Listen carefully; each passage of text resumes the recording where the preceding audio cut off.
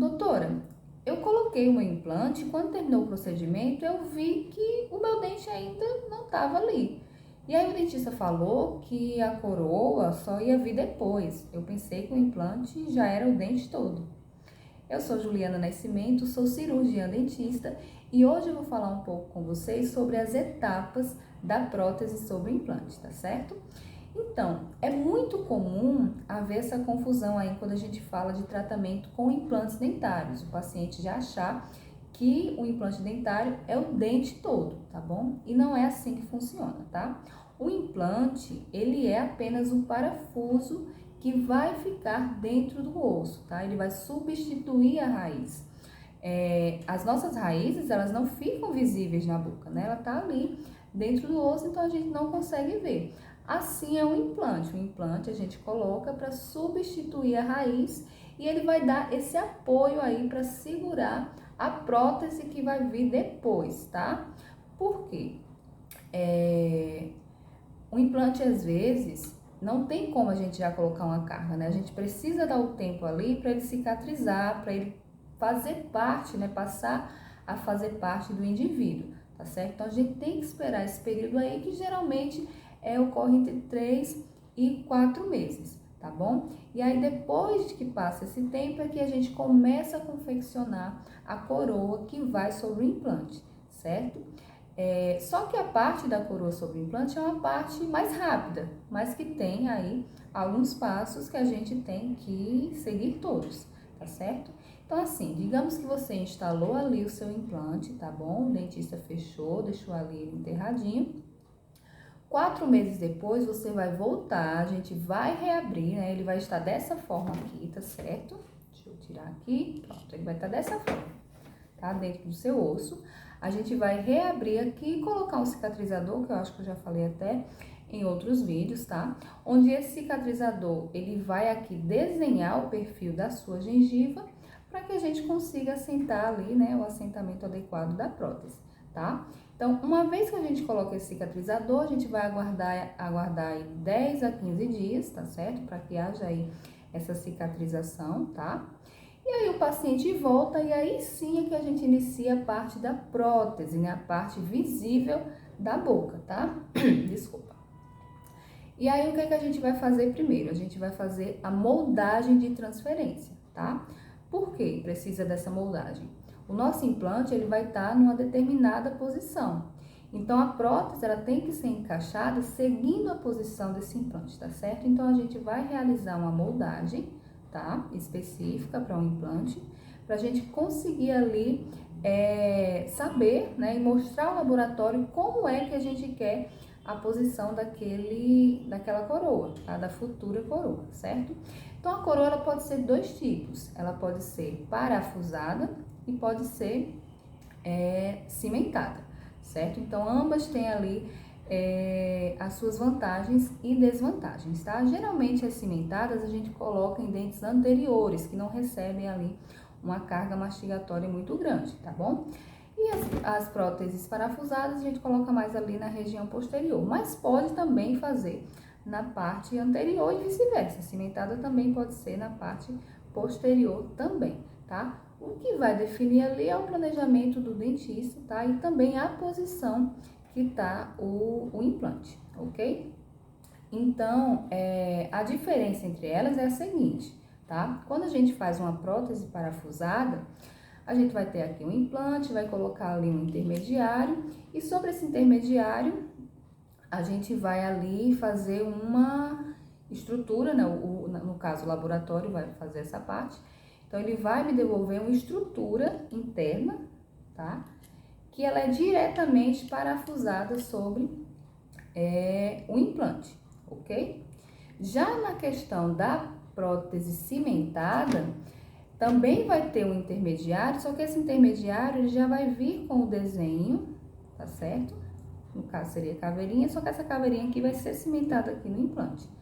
Desculpa, vai ser parafusado no implante e a coroa é que vai ser cimentada sobre essa caveirinha aqui, tá certo? Já no caso da parafusada, não. A parafusada, a caveirinha, ela vai ser ali parafusada sobre o implante e a coroa vai ser parafusada sobre essa caveirinha, tá bom? Então, ela não vai ter ali um cimento segurando ela, vai ser o próprio parafuso que vai segurar, tá certo? Eu acho mais vantajoso nesses casos aqui, porque quando tem algum problema com a prótese, com a coroa, a gente consegue simplesmente ali desparafusar e resolver o problema, tá? No caso das cimentadas é um pouquinho mais difícil, porque vai ter cimento ali entre o intermediário e a prótese. Então, a gente precisa sacar, então é um pouquinho mais complicado e às vezes nesse processo a gente pode até perder a coroa, tá bom? Mas como eu disse, o tipo de coroa vai ser definido pelo dentista, tá certo? Então, uma vez que a gente fez essa moldagem, eu falei aí pra vocês a diferença entre as duas, uma vez que a gente fez essa moldagem, o laboratório ele vai trazer, vai enviar a parte interna da prótese, que geralmente é feita em metal, tá certo? Existem próteses que são totalmente livres de metal, tá bom? Então, vai depender muito aí de qual dente que a gente tá falando, tá? Então, tem essa possibilidade também de coroas livres de metais, tá? Mas, de toda forma, vai vir uma estrutura interna para a coroa, tá?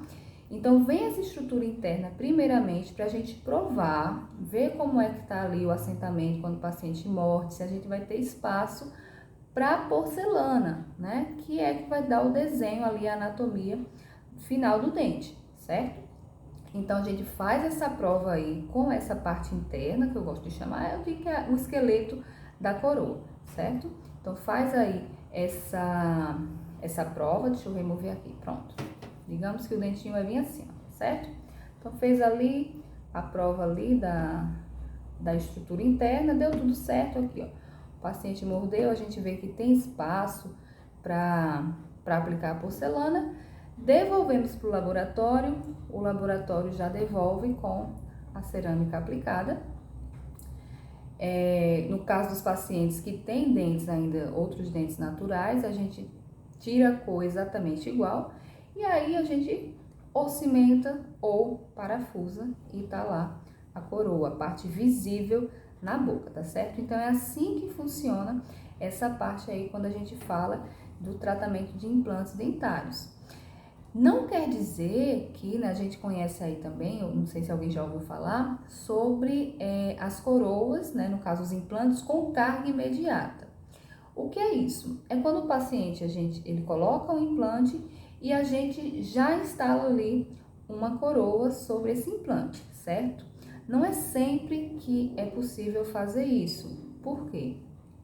O implante, quando ele é instalado, muitas vezes ele fica ali, às vezes, né, molinho, o osso ao redor tá molinho ainda, tá?